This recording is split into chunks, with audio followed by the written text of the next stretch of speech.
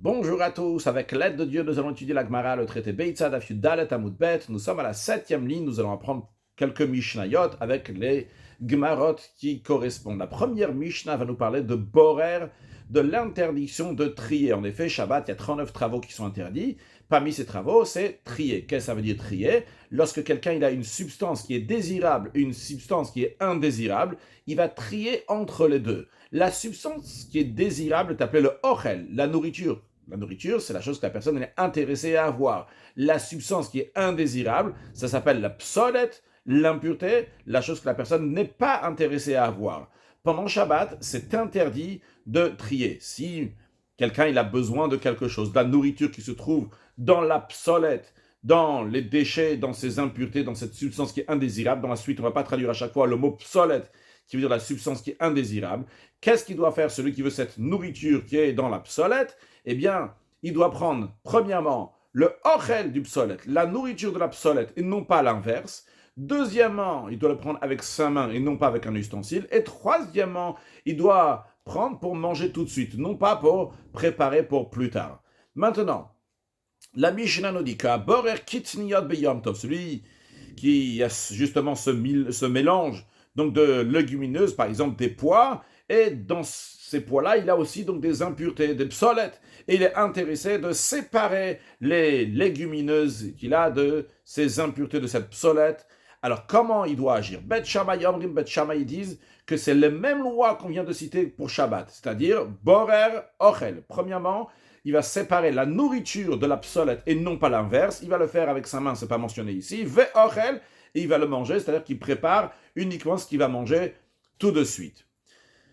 Ça, c'est l'opinion de Bet Shammai. Ou Bet Hillel, Omri me disent que Borer Kedako, il sépare selon la manière habituelle, comme il le fait donc en semaine. En général, il y a une plus grande quantité de nourriture, une minorité d'obsolète. Donc, il prend la majorité, il prend la minorité, donc il enlève le psolète, donc ce qui ne l'intéresse pas. Donc, comme il fait en semaine. De même, il peut le faire Becheko, dans son giron. Quand on dit son giron, c'est-à-dire qu'il peut mettre sur lui un petit drap, et comme ça, donc il va là-bas trier tout ce qu'il veut. Il va faire donc tomber, par exemple, les pois, donc les légumineuses, comme ça, ils vont parler au centre de son drap qu'il a mis sur son giron. Et quand il dit son giron, sur ses jambes, comme ça, il met un drap. Et comme ça, les pois vont tomber donc dans le centre, et les déchets donc vont rester sur le côté. Mais Canon, il peut le faire aussi avec un entonnoir. Donc l'entonnoir, donc vu qu'il est étroit en bas, donc là-bas, il y a les légumineuses dans l'exemple qu'on a pris, donc les pois qui vont tomber vers le bas et les déchets, le psol qui va rester vers le haut. Il peut le faire aussi avec un tamchouille, avec un grand plat. Avalo betavla, pas avec une planche, velo benafan, avec un tamis fin, velo bigvaran, avec un tamis qui est grossier, parce que ça, on utilise ça en général pour des grandes quantités, et ce qui donnerait l'impression qu'il va maintenant préparer des quantités pour après Yom Tov. En tous les cas, d'après Bathila, donc on a le droit de trier, et que la manière de trier, donc c'est pas comme on fait pour Shabbat, qu'on prend la nourriture du psolète, mais il peut même enlever la psolète du ochel. Et même théoriquement, il aurait pu faire toutes les manières, juste qu'il a donné certaines restrictions Bathilel, parce qu'il ne veut pas que les gens vont penser que peut-être la personne, elle fait ça pour après Yom Tov. Maintenant, Rabban Gamliel il dit qu'il y a encore une autre option. Kaf mediyar veshol, il peut même rincer et écumer. Qu'est-ce que ça veut dire? Raché mediyar b'maim. Il va rincer avec de l'eau ces petits pois, par exemple. Veshole, et il va retirer, il va écumer. Mefaresh bigmara, on va expliquer dans la Gemara que shole absolet shetzaf lemala. Il va retirer les impuretés qui flottent sur le rebord. C'est-à-dire que quand il va mettre les pois dans l'eau sur les pois qui sont dans ce seau, et bien automatiquement, donc ce qui est léger va repartir à la surface, il aura juste à l'enlever.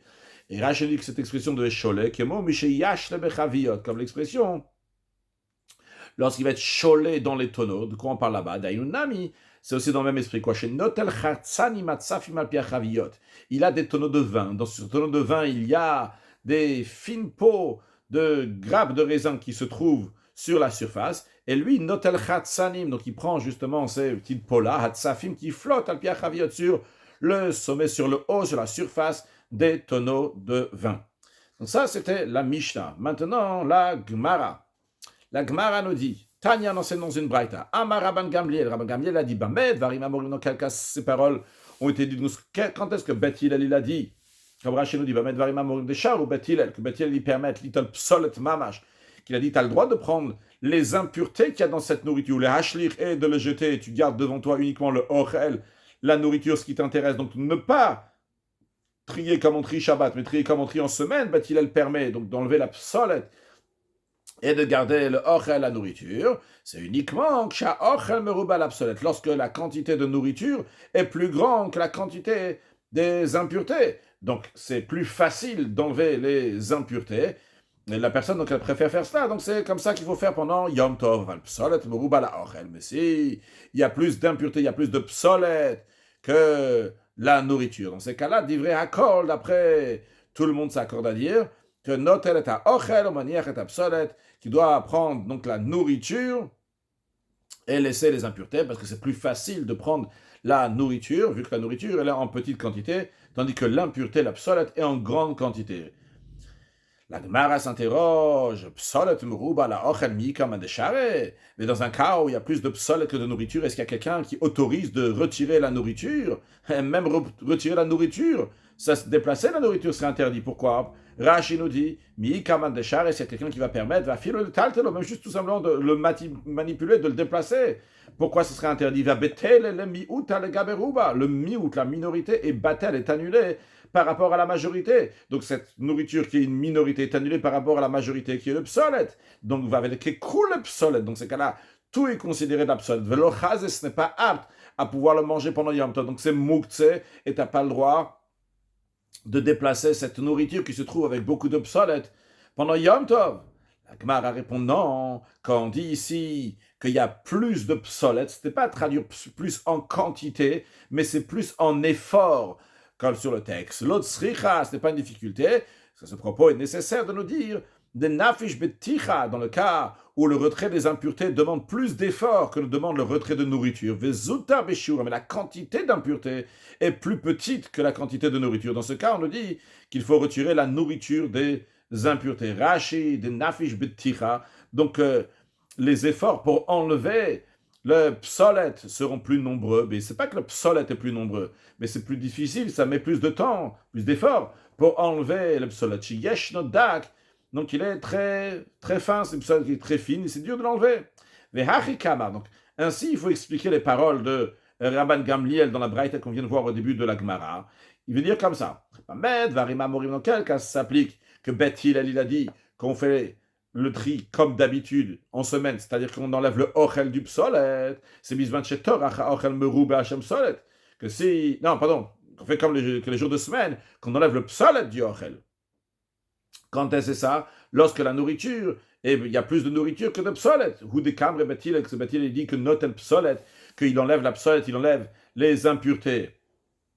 De mi'ut et beticha, parce qu'il y a moins d'efforts à faire, de mi'ut et beticha à dire, car faire moins d'efforts, ça c'est plus important. Parce qu'on cherche que la personne fasse moins d'efforts pendant Yom Tov. Mais si il y a plus d'efforts pour enlever la psolet que enlever la nourriture, d'ivrei hakol, d'après tout le monde, ils vont te dire qu'il prend la nourriture et il laissera la psolet. Beth Hillel, il va te dire que tu prends le ochel et tu laisses la psolet parce qu'il ne faut pas rajouter dans ces efforts-là pendant Yom Tov. Tu fais donc les choses qui ont le moins d'efforts, c'est ça le critère à voir. Qu'est-ce qui te demande le plus d'efforts? Ce qui demande le moins d'efforts, c'est ça que tu vas faire pendant Yom Tov. Après, on a vu dans la Mishnah, à la fin de la Mishnah, que Rabban Gamliel, Omer Afmedir, Veshole, que Rabban Gamliel, il dit qu'il peut même rincer et écumer. Tanya, on enseignait dans une braïta, que Amar Rabbi Lazar, Rabbi Tzadok, Rabbi Lazar, fils de Rabbi Tzadok, il a dit, Kaich ayaminagam shabel Rabban Gamliel, telle était la coutume de la maison de Rabban Gamliel, chez Yumevim, Bli Malada, chez ils apportaient un seau qui était plein de lentilles, ou Metsifim Alav Maim, il mettait de l'eau dessus, donc de manière qu'on flottait, entre guillemets, de l'eau au-dessus des lentilles, donc l'eau va se trouver au-dessus des lentilles, venimtsa ochel mata, et comme ça, en résultat, ce qui en résultait, c'est que la nourriture, donc les lentilles restaient en bas, au psolet le mala, et les impuretés remontaient à la surface, et comme ça, c'était facile à les recueillir, à les enlever. Rashi metzifim alav maim, donc ils vont flotter littéralement donc de l'eau sur les lentilles, venot nimbo maim, c'est-à-dire qu'ils mettaient de l'eau sur les lentilles, atchetsafim ala ochel, jusqu'à que l'eau va flotter sur, être au-delà donc du ochel, de la nourriture, donc des lentilles. La Gemara demande, va Tanya Ipra, pourtant, le contraire est enseigné dans une autre braïta. C'est quoi le contraire? Rashi Ipra, que Ochel le Mala, ou Psolet le Mata, que la maison de Rabban Gamliel, ce qu'il faisait, c'est qu'il mettait de l'eau et après, il y avait la nourriture qui était là-haut et les impuretés, les Psolet qui étaient en bas. Alors, où est-ce qu'ils allaient les Psolet? Les Psolet allaient là-haut, ils allaient en bas. La Gemara répond le cache, c'est pas une difficulté. Ah, Be'afra, la deuxième braïta qui dit que les impuretés tombaient au fond, près d'un mélange de nourriture, donc de la terre. Habegile, tandis que la première braïta, elle affirme donc que les impuretés remontent sur la surface, ça parle lorsque c'est de la paille. Rashi, Afa, le matamina ochel. Si c'est de la terre, donc ça tombe en dessous de la nourriture. Si c'est gile, si c'est de la paille, alors à ce moment-là, cache le malamina ochel, ça va au-delà de la nourriture. Matnitin, Mishnah suivante. Bet Shammai Omrim, Bet Shammai disent, En meshalchim be Yom Tov, on ne peut pas envoyer des présents à ses amis pendant Yom Tov, elle a manot, uniquement si c'est des portions qui sont prêtes à être mangées, comme Rashi nous explique, elle meshalchin doron ish lere'eu, qu'on n'envoie pas donc un cadeau, un homme à son ami, elle a manot, uniquement des portions qui sont prêtes à manger, davara mouchan, quelque chose qui est prêt, ve'ino asuylanich le machar, quand tu l'envoies à ton copain, il va pas le garder pour demain, mais il va en profiter directement aujourd'hui, qui gon chatichot basachatuchot, comme par exemple des morceaux de viande coupée, l'ifne ochim devant les invités, vechendagim, de même des poissons, que ça, donc tout de suite, ça va être mangé, donc c'est déjà cuit, ce n'est pas cru.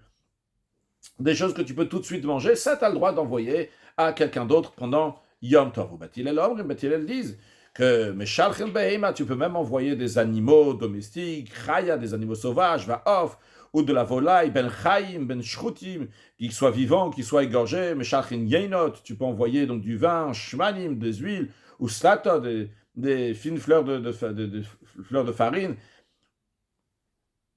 des kitniot, des légumineuses, avalot voix, mais pas des céréales, pourquoi pas? Voyons Rashi, avalot et voix, chez Inarouya Yom, parce que d'après ce Tanakam, d'après l'opinion qu'on est en train d'apprendre maintenant, il te dit que les céréales, tu ne peux pas en profiter aujourd'hui, chez Tochanim Yom Tov, parce qu'on n'a pas le droit de moudre pendant Yom Tov, chez Hayal Litron Me'etwol, il avait qu'à moudre déjà la veille de Yom Tov, velot tafik tama, le goût ne serait pas parti, car la règle est qu'on a le droit de faire des travaux qui sont liés à la nourriture pendant Yom Tov, mais uniquement des travaux qu'on ne pouvait pas faire hier, et que si on avait fait hier, ça n'aurait pas gardé ce goût avec la fraîcheur. Alors à ce moment-là, tu peux faire aujourd'hui. Si tu avais fait hier, ça n'aurait pas gardé la fraîcheur. Mais si ça garde la saveur, même si tu vas faire hier, eh bien, tu aurais dû le faire hier. Donc cette voie, ces céréales, tu aurais dû déjà la moudre hier. Donc aujourd'hui, tu ne l'envoies pas à quelqu'un d'autre parce que tu ne peux rien en faire. Par contre, Rabbi Shimon Matir Bitvoa, Rabbi Shimon, il permet l'envoi des céréales. Pourquoi? Parce que Rabbi Rashi nous explique, Rabbi Shimon Matir Bitvoa, Shemaï Vashne Bigdera, parce qu'il peut les mettre dans la marmite, les cuire, et les moudre dans un petit mortier. On a appris dans le cours précédent qu'on peut prendre du blé et mettre dans un petit mortier et de le moudre. Ça, c'est permis. C'est uniquement donc des tochen, donc faire en grande quantité, ça c'est interdit. Mais de faire avec un chinouille, donc avec un changement juste dans un petit mortier, mettre là-bas du blé, c'est permis. C'est la raison pour laquelle le Rabban Gamliel permet. Gemara. Tane Rav Yechiel. Rav Yechiel, il nous enseigne une braïta qui, là-bas, donne une restriction sur ce que Bathilel dit qu'on a le droit d'envoyer à quelqu'un, donc de la nourriture, toutes sortes de nourriture pendant Yom Tov. Il dit, Bilva, la condition chez le Yassen Beshura, qui ne va pas le faire au moyen d'une grande délégation. Rashi chez le Yassen Beshura, le Yishalach Doron, qu'il envoie donc ce cadeau à l'idée à Nashimarbe avec beaucoup de gens. Pourquoi des Avsham Milta? Parce que ça va attirer l'attention, ça va être publié, ça va faire du bruit. On a l'impression qu'il est en train d'envoyer des gens qui vont aller au marché pour vendre toutes ces bonnes choses-là, vu qu'il y a beaucoup de gens, et on n'a pas le droit de vendre pendant Yom Tov. Tana, on a une braïta qui dit que c'est quoi cette shura-là qui est interdite, donc une grande délégation, c'est quoi les critères d'une grande délégation? En shura puta mishlosh bnei adam, pour que ça soit considéré donc une grande délégation, c'est au moins s'il y a 3 personnes, ou plus évidemment, mais à partir de 3 personnes, c'est considéré donc une grande délégation.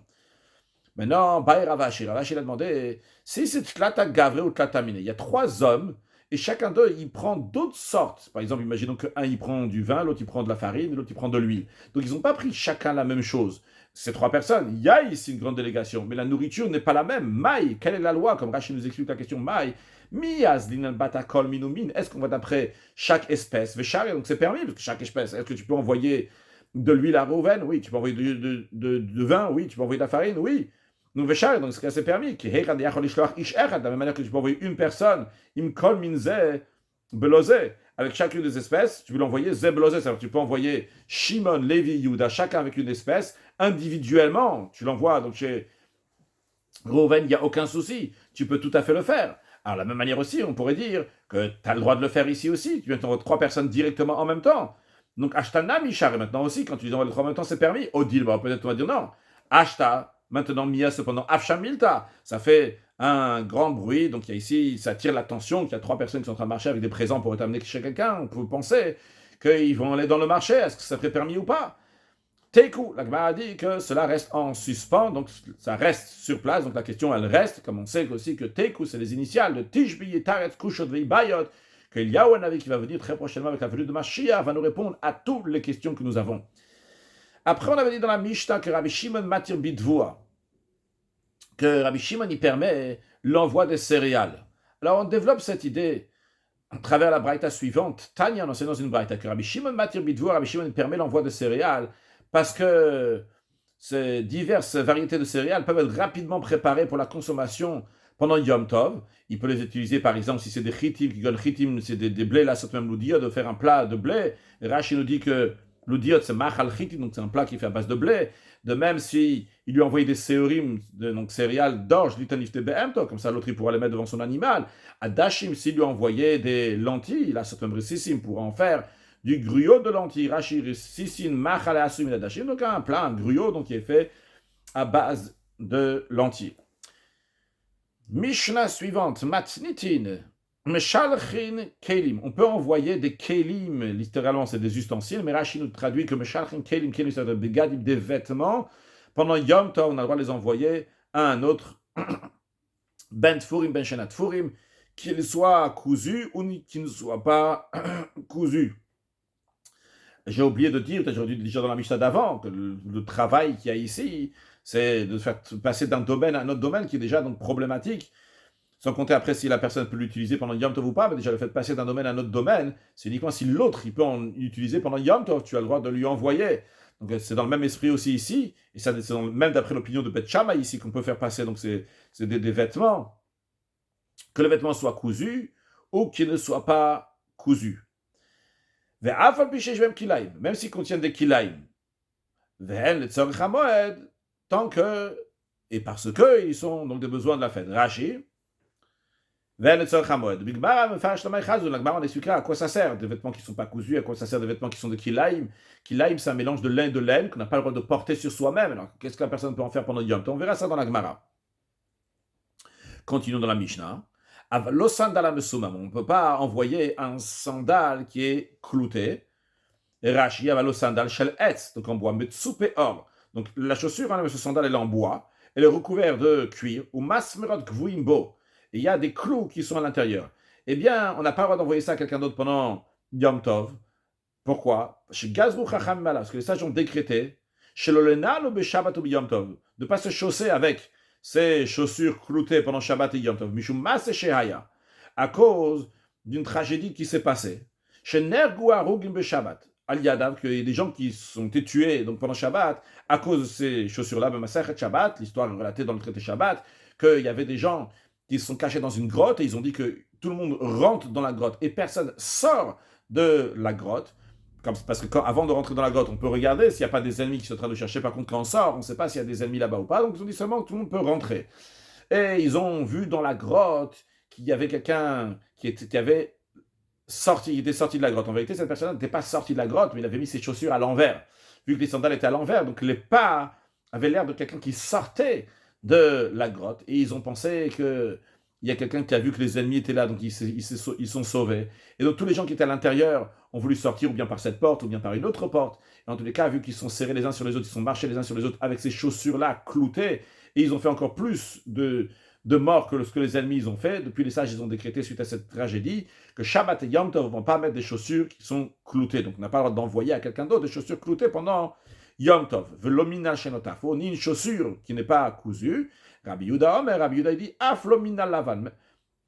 De même, une chaussure qui est blanche, donc qui n'a pas encore été noircie, on n'a pas le droit de la mettre, car en effet, Rashi nous dit Velomina shenotafo d'abord, une chaussure donc qui n'est pas cousue, elle sert à rien. Aflomina lava d'après Rabbi Yehuda, il nous dit que non plus une chaussure qui est blanche, chez Loaïe Darkolenal, parce que dans l'endroit où il y avait Rabbi Yehuda, donc c'était pas l'habitude de mettre des chaussures blanches, uniquement des chaussures qui sont noires, donc tu peux rien en faire s'ils sont blanches. Pendant Yom Tov. Pourquoi tu ne peux pas mettre ces chaussures blanches là à l'endroit de Rabbi Yehuda? Mais chez Tsar et Chouman, parce que ça nécessite un artisan pour teindre en noir. Et la Mishnah conclut l'idée générale que Zéakal, voici la règle. Kol Sheneotinbo, toute chose que tu peux faire usage pendant Yom Tov. Et Rachid nous dit, d'abord chez Tzaïr Chouman, donc là, il y a besoin d'un artisan la Shriro, donc pour le noircir, c'est dans les paroles de Rabbi Yehuda, j'aurais dû dire avant. Sheneotin, donc toute chose que mit kashtin, que tu peux te parer avec, tu peux en tirer usage pendant Yom Tov, mais Shalchinoto, tu peux l'envoyer à ton ami pendant Yom Tov. Continuons la Gemara. Bishlamat Tforim. La Gemara demande, ça se comprend qu'on puisse envoyer à quelqu'un d'autre des vêtements qui sont cousus. Parce que Chazol le malbouche, ils conviennent à l'habillement, tu veux t'habiller avec. On peut comprendre aussi Shen Tforim Namim, les vêtements qui ne sont pas cousus aussi, tu peux comprendre que tu peux les envoyer. Pourquoi Chazol le Kitsouye? Parce qu'ils conviennent à couvrir quelque chose que soi-même, tu peux l'utiliser. Et la Kilaim, mais des vêtements qui contiennent un mélange de lin et de laine, le Maï Chazou, à quoi ils conviennent? On ne peut pas servir ni se vêtir, ni couvrir avec. Ritema, si tu vas me dire oui, on peut s'en servir pourquoi? Parce que Chazou, ils sont aptes, ils conviennent, les Meimartouté, pour les plier au-dessous du destinataire. Je l'envoie à quelqu'un, lui il va les plier, il va pas les mettre sur lui, il va les mettre en dessous, lui il va les plier comme ça, il va s'en faire comme une sorte de matelas avec ce vêtement. Rachid le Meimach l'irfol, donc pour plier et mettre comme ça, il va s'allonger dessus par exemple. Donc ce vêtement de Kilaïm pourra s'en servir pour s'allonger dessus. Mais non, Vehatanya. Pourtant, il est enseigné dans une braïta que le yale alech, la Torah dit qu'un vêtement qui contient du mélange de lin et de laine, tu n'as pas le droit de le mettre sur toi, il ne va pas monter sur toi littéralement. Aval, de ce verset-là de la Torah, bibliquement parlant, on déduit tu peux l'étendre sous toi. Aval amrucha chamim.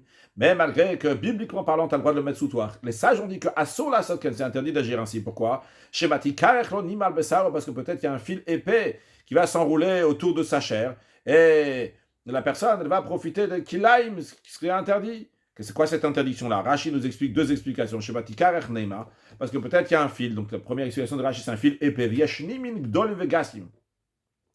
Il y a des fils qui ne sont pas juste des fils, mais qui sont grands, qui sont épais, qui gagnent chez Louflim, chez Corinne Code, comme par exemple, donc des cotes, c'est le kittel, donc un vêtement dans lequel donc, ça sort de ce vêtement-là, des fils qui sont gros et épais. Ou Mechamemet Bimkoma. Et ce fil-là qui va se mettre sur la personne, ça va le réchauffer, donc il va en profiter en tant que vêtement. Et donc, il va transgresser l'interdiction que la Torah dit que tu n'as pas le droit de t'habiller, de mettre sur toi un vêtement qui est de lin et de laine. Ça, c'est la première explication de Rashi. Pourquoi ce nimas, pourquoi ce fil-là pourrait être problématique? Parce qu'il est assez épais pour réchauffer. Deuxième explication, inami, ou bien nima be'alma. Juste un tout petit fil, il va se mettre sur lui, pas un gros fil. Mais quand même, il transgresse. Pourquoi? Vu que ce petit fil fait partie du grand vêtement qui est en dessous lui, et vu que l'essentiel du vêtement le fait profiter et le réchauffe par en dessous, c'est considéré qu'il est habillé avec quelque chose qui profite bien, que c'est seulement un petit fil qui est sur lui, mais c'est rattaché au vêtement qui est en dessous lui. Alors on considère que tout ce vêtement-là, il est sur lui, vu qu'en dessous lui ça le réchauffe. Alors le fait qu'il y a un fil, eh bien ça c'est considéré problématique et interdit. Alors, en tous les cas, on voit qu'on ne peut rien faire avec ce tissu-là, cette chose-là qui est kilaim. Tu ne peux même pas t'allonger dessus. Si tu vas me dire, oui, on peut s'allonger dessus comment? Parce qu'il va faire une séparation entre lui et le vêtement de kilaim. C'est-à-dire que moi, j'envoie quelqu'un le vêtement de kilaim pendant Yom Tov. Lui, il va le plier, il va le mettre par terre. Il va mettre un autre vêtement qui n'est pas kilaim au-dessus, et après il va s'allonger dessus.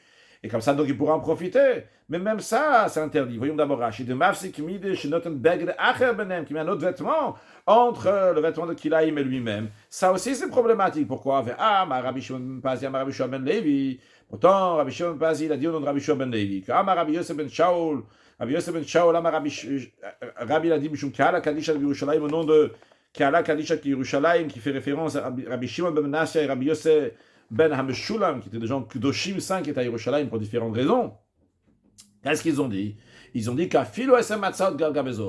même s'il y a 10 couvertures l'une au-dessus de l'autre, il y a un vêtement de kilaim en dessous des 10 couvertures, Asur Lishonalem, c'est interdit de dormir dessus, comme Rachid nous dit, Asur Lishonalem, Miderabalan d'ordre rabbinique, c'est interdit. On saute la parenthèse. Elle a, Alors, qu'est-ce que tu peux faire avec ce vêtement-là on te dit tu peux l'envoyer pendant Yom Tov, même un vêtement de Kilaïm? De quoi la Mishnah elle parle? Alors la Mishnah dit, elle a Bevilon, en effet. On parle d'un rideau. Un rideau, tu le mets pour boucher l'embrasure d'une porte. Là, tu n'es pas en train d'utiliser pour te mettre sur toi. Ça ne te réchauffe pas. Tu as le droit d'avoir un vêtement qui est Kilaïm, l'utiliser pour quelque chose d'autre, tant que l'oya l'est à l'air, tant qu'il ne monte pas sur toi. Rashi Bevilon, Shira, il est fort, on peut l'étendre à l'embrasure de la porte.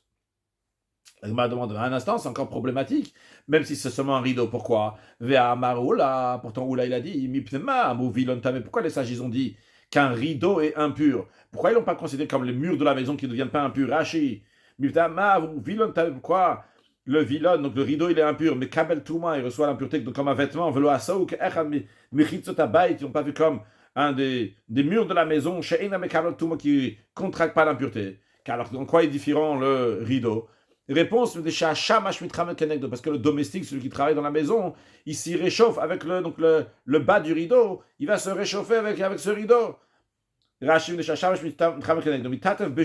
avec le bas du rideau, il va se réchauffer. Le fira, c'est la raison pour laquelle c'est pour ça qu'il est considéré un vêtement. Et c'est la raison pour laquelle il contracte l'impureté. Donc maintenant, la question revient. Et vu qu'il y en a qui se réchauffent avec ce rideau-là, en l'occurrence, donc ce domestique, sur la soto kilaïm, on n'a pas le droit de le faire en kilaïm avec du lin et de la laine. Alors, même si c'est un rideau, comment il peut envoyer à quelqu'un d'autre donc un kilaïm pendant Yom Tov? Mara répond, elle a bekaché. Plutôt la Mishnah, elle autorise l'envoi pendant Yom Tov de vêtements qui sont faits de matériaux rigides, begadim kashim, de vêtements qui sont durs, chez elle, eux ils réchauffent pas. Moutar les chevalem, on a le droit de s'asseoir dessus. À quoi il sert ce vêtement-là? Non pas pour se vêtir, non pas pour faire un rideau, mais pour s'asseoir dessus, et il est rigide. Et alors s'il est rigide,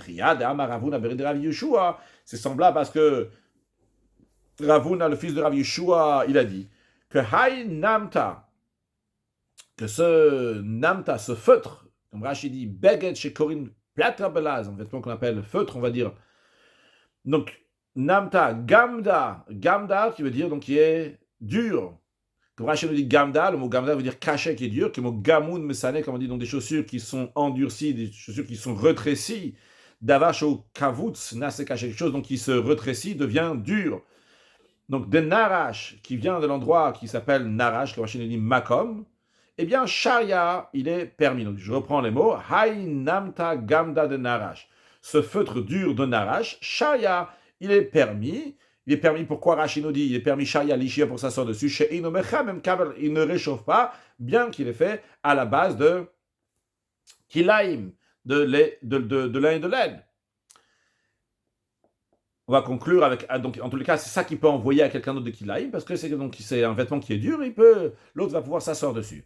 Amaraf Papa, il a dit, Ardelaim, en bamishum Kilaïm, que les semelles additionnelles ne sont pas soumises aux lois de Kilaïm. De quoi s'agit-il? Rachid nous dit Ardelaim, Ra'iti bichuvat Geonim. J'ai vu, Rachid dit dans le responsable donc, de Geonim, Sherginim le lav shantachat unalem, qu'ils avaient l'habitude donc de les mettre sous leurs chaussures, ils mettaient ces ardelaim, donc ces semelles, vetolim alem orshel tiashim, et ils mettaient donc une peau de chèvre, meubadin, qui travaillait tachat kakaiten, sous la chaussure, ou keneged ha'ekev, dans l'endroit qui est sous le talon de la chaussure, shel regel, yesh osimot ha'chassin, il y en a qui là-bas, cette semelle additionnelle, il la faisait en laine, vekorin otam, ils appelaient ça ardelaim. Et on dit, donc il n'y a pas là-bas donc, de kilaim, c'est le même esprit, c'est le même qu'on a dit, parce que c'est des choses qui sont dures, qui ne sont pas là pour mettre sur soi et réchauffer. Conclure avec une halakha. Pendant Yom Tov, si quelqu'un il veut envoyer à son ami, donc par le Reshut Arabim, quelque chose que l'autre peut en profiter pendant Yom Tov, il peut lui envoyer, comme on l'a vu dans l'opinion de Beth Hillel, c'est un animal, des animaux sauvages, de la volatile, des vins, de l'huile, etc. Mais il n'a pas le droit d'envoyer donc des céréales, vu que c'est pas des choses qu'il peut faire donc pendant Yom Tov. Juste pour la petite anecdote, on a parlé des ardelaim, donc de ces chaussures là qu'on met sur les autres chaussures. Aujourd'hui, dans certains pays, on les met encore, donc il y a de la neige pour pas abîmer les chaussures. Des fois, quand la neige elle est salée, c'est encore pire pour les chaussures. On met quelque chose qui est au-dessus de la chaussure, c'est ardelaim, donc ça couvre sur les chaussures. Alors un jour, il me semble que c'était chez le Rabbi Maharash, qu'il a un chassid, donc il s'est rentré dans ce business-là de Ardelaï, mais il était complètement dans le business et sa tête n'était pas dans l'étude de la Torah, dans la chassidoute, dans les mitzvot comme c'était auparavant, dans la prière. Alors le Rabbi Maharash lui a dit, j'ai déjà vu des chaussures qui se trouvent, des pieds qui se trouvent dans la Ardelaïm, dans ces sortes de chaussures-là, mais une tête qui se trouve là-bas, ça j'ai jamais vu. Alors il fait attention que la tête va toujours être attachée là où il faut, même quand on a un business de Ardelaïm, mais il ne faut pas que la tête elle soit dans les chaussures, il ne faut pas que la tête elle soit dans le business, mais la tête là où il faut, dans Torah, mitzvot, dans l'attachement à Kadosh Baruch Hu. Même quand on est en train de faire des chaussures, des choses comme ça, on est rattaché à faire des yichudim elyonim, être rattaché à Kadosh Baruch Hu toute la journée, 24 heures sur 24. Mashiach now, une excellente journée.